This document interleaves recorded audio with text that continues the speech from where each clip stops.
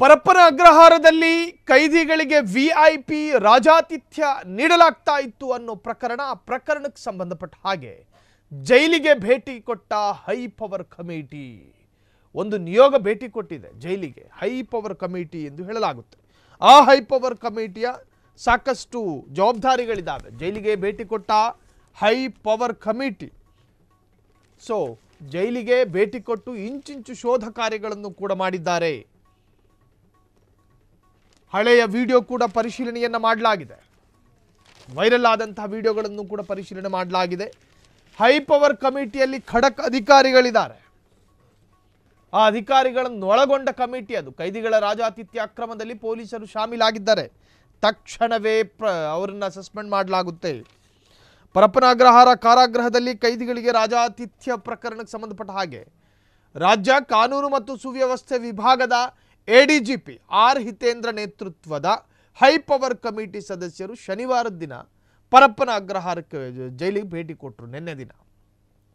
ಇನ್ನು ಈ ಕಮಿಟಿಯ ಮುಖ್ಯಸ್ಥರು ಯಾರು? ಎಡಿಜಿಪಿ ಹಿತೇಂದ್ರ, ಐಜಿಪಿ ಸಂದೀಪ್ ಪಾಟೀಲ್, ಎಸ್ಪಿಗಳಾದ ಸಿಬಿ ರಿಷ್ಯಂತ್ ಹಾಗೂ ಅಮರನಾಥ್ ರೆಡ್ಡಿ ನೇತೃತ್ವದ ತಂಡ ಜೈಲಿಗೆ ತೆರಳಿ ಕಾರಾಗೃಹದಲ್ಲಿ ಎಷ್ಟು ಮಂದಿ ಸಿಬ್ಬಂದಿಗಳಿದ್ದಾರೆ, ಸಜಾಬಂದಿಗಳು ಎಷ್ಟು ಜನ ಇದ್ದಾರೆ, ಸಜಾಬಂದಿಗಳು ಅಂದರೆ ಶಿಕ್ಷೆಯ ತೀರ್ಪು ಪ್ರಕಟವಾದಂತಹ ಸಜಾಬಂದಿಗಳು, ಇನ್ನು ವಿಚಾರಣಾ ಕೈದಿಗಳು ಎಷ್ಟು ಜನ ಇದ್ದಾರೆ ಎಲ್ಲ ಲಿಸ್ಟ್ ತಗೋತಾರೆ।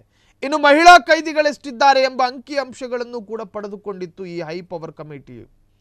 ಅಲ್ಲದೆ ಇತ್ತೀಚೆಗೆ ರಾಜಾತಿಥ್ಯ ಬಗೆಗಿನ ವಿಡಿಯೋ ವೈರಲ್ ಆಗಿತ್ತಲ್ಲ, ಆ ಪ್ರಕರಣದ ಕೈದಿಗಳ ಬ್ಯಾರಕ್ಗಳಿಗೆ ತೆರಳಿ ಪರಿಶೀಲನೆಯನ್ನ ಮಾಡಿತು।